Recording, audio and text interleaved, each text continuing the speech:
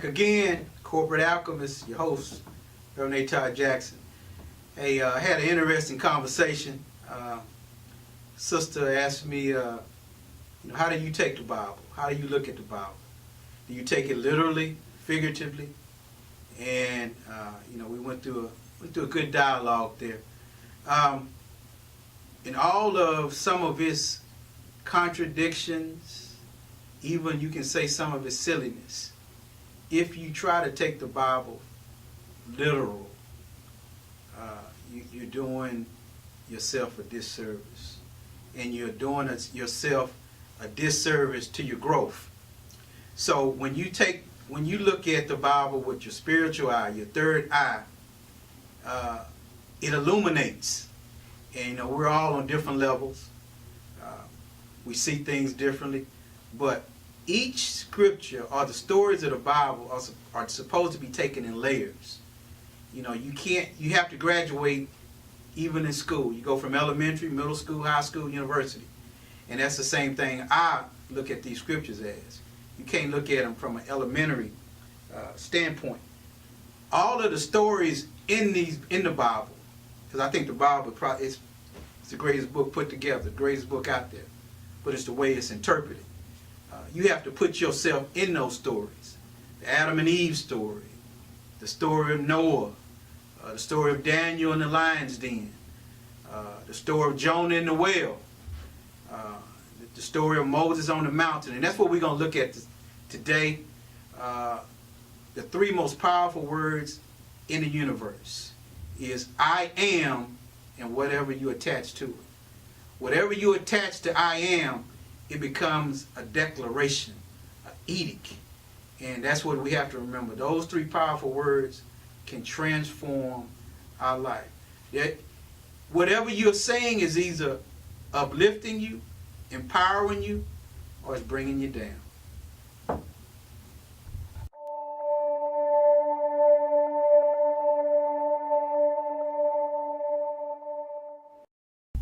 Signs and symbols.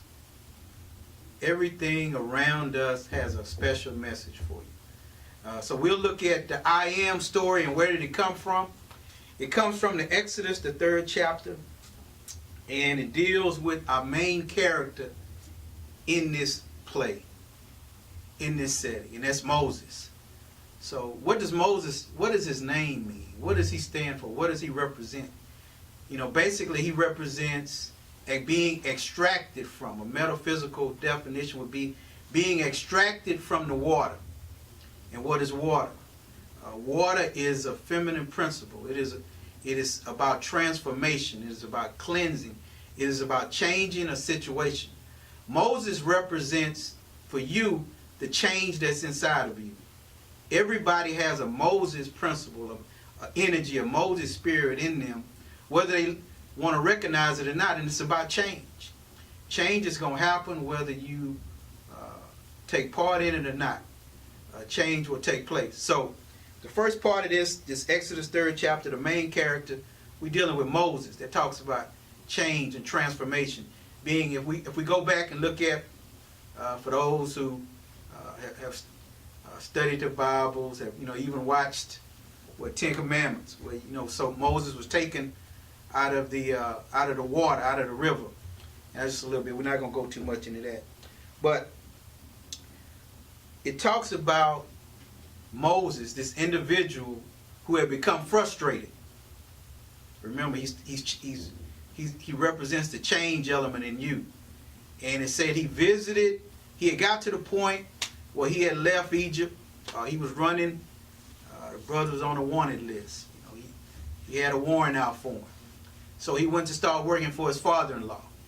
And he was tending sheep. He was the goat herder, the shepherd. And it says he went onto the backside of the mountain, Mount Orb. Now, what does that symbolize? That symbolizes a place of solitude. In some information, it talks about Mount Orb as a barren place, a desert place. But it says Moses had went on the backside, which symbolizes a place of solitude and a meditative experience. We can't get around meditating. You can't get around getting off to yourself being by yourself. A mountain also represents a place of exaltation. And so all of these signs, all of these symbols basically are telling you, you need to get off to yourself. Remember earlier we talked about everybody needs some time during the day, preferably in the morning before you start your day, where you're doing some meditation. Whether it's 5 minutes, 10 minutes, 15 minutes, whatever works for you, whatever position or whatever posture you want, is basically slowing down the mind, putting out the clutter, and then visualizing where you want to go. So those are many signs and symbols, but that's the one we're going to focus on is Moses. In the beginning of that 3rd chapter of Exodus says he went on the backside of the mountain, and then he came in contact with the burning bush.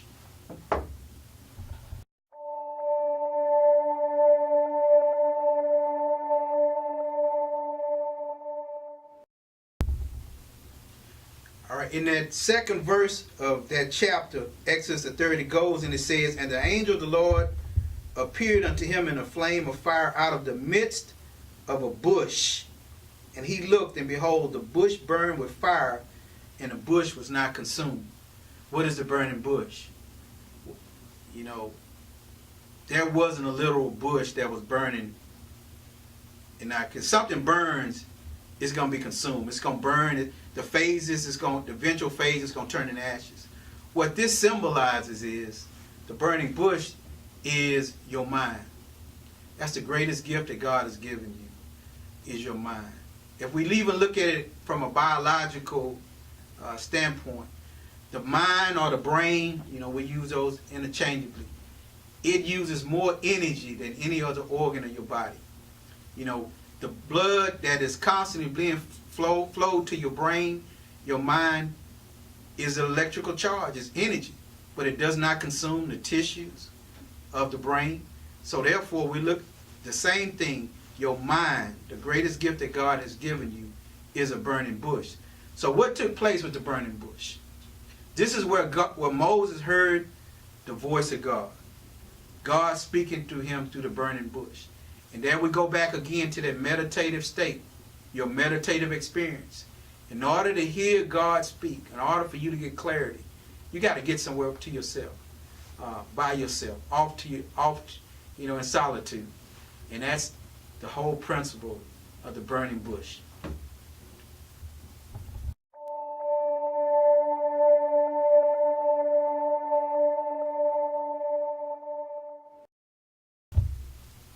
Now we got Moses having a conversation with the bush. I'm not going to read it word for word, but it starts at Exodus, the 3rd chapter, 3rd and the 4th verse, where God is telling Moses, hey, I'm over here. And in that 5th verse, it talks about, I'll read this. It says, "Draw not," this is God talking to Moses, "draw not nigh hither, put off thy shoes from thy feet, for the place where thou standest is holy ground." Holy ground is wherever you stand. Holy ground is not a place, a particular place on the globe or geography. You are the holy individual. We got folks fighting wars because they say this ground is holy. No, that ground is holy. From Israel, Egypt, America, wherever. The place is not holy unless you stand in there. So wherever you stand, that's holy ground. And that's the symbolism of that. Because the energy, you are the divine presence. The God abides in you. So wherever God is holy. So wherever you go is holy, if God is abiding in you. And it goes on further in that the conversation with the bush.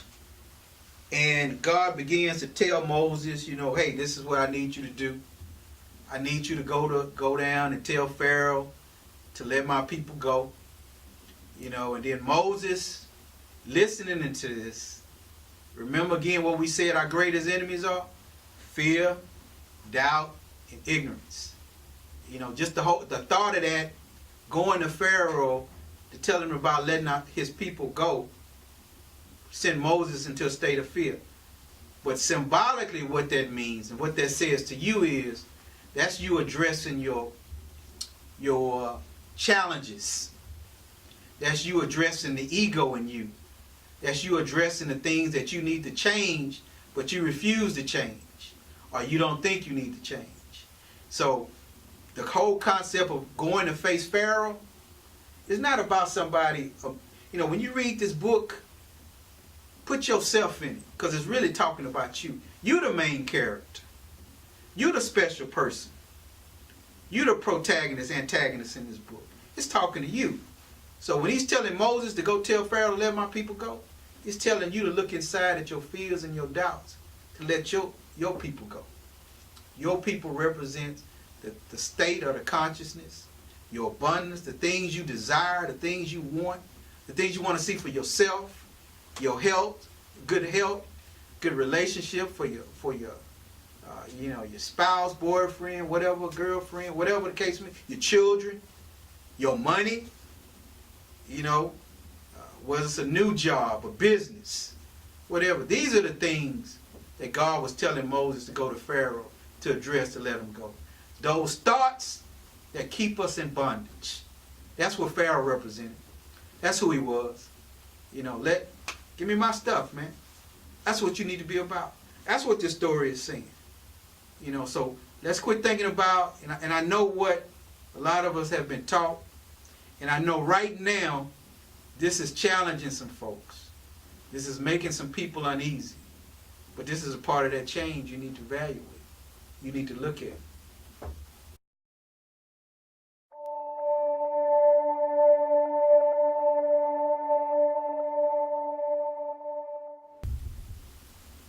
Now we at the main point of this conversation. I am that I am. After God was talking to Moses, telling him to, trying to lift him up, pump him up, go tell Pharaoh to let my people go. Then Moses asked the question, who should I say sent me? And God say, tell him, I am that I am. And that's you. Whatever, those are the three most powerful words you can utter out of your mouth. You can speak is I am and whatever's attached to it. Whatever you attach to that is. Because what happens is it becomes a state of being. Not only are you putting the words to it, but you are attaching emotions. That's, for instance, if you get up and go to work in the morning, you say, I'm frustrated, I'm tired. Then what you're doing is you are declaring a state of being. You're frustrated, you're tired, and that's how the rest of your day gonna go. I don't like this job, man. I hate this job. That's an I am declaration. And so what? So do you see anything good happening from that job? No. So when you use the word I am, be careful what you attach to the end. That I am should always be used in your affirmations, preferably when you get up in the morning. For those that are already doing affirmations, already aware of I am, it's the most powerful thing you can do. You don't get up and say I have. No, you say I will. No, you say I'm sorry. You don't get up and say I will. Remember, because it's a state of being, you say I have. You don't get up and say I won't. No, I have. It's the right now. It's the state of being. In the other one, I guess you could say, you don't want to say I want something. No, you own it. I own it. I have it. It's the right now. It's in the right now. Remember we talked about the subconscious and the conscious mind. Subconscious ain't got no time element. It deals in the right now. It deals in the already. And that's what your I am affirmations, use them to deal in the already, to right now. God told Moses, hey, tell him that I am sent you. And whatever you say who you are, that's who you are. You're making a declaration. The most powerful words, the most powerful things you can put in place. The declaration of America put a declaration in place, 1776? I guess I got my dates right. That's the most powerful instrument that this country, these so-called founding fathers did. Other countries put a declaration in place. Put your own personal declaration in place. Why not? You deserve it. And that's the first thing you got to believe, that you are worthy and you deserve it. See, we got to get rid of those mental thoughts, those approaching Pharaoh with the doubt and fear. Yeah, I deserve this. I deserve to live good. I deserve to have the best things. My children deserve it. My spouse, my family, especially you. You deserve to have the things that you desire. And what you do with the I am meditations, as I come to a close, your affirmation in the morning when you get up is, I am whatever you declare. And after that, go into a state of visualization, the meditation process where you see it happening. Because I am that I am. You're the one that are making declarations to bring new life to you and those around you. Peace. We'll see you next time.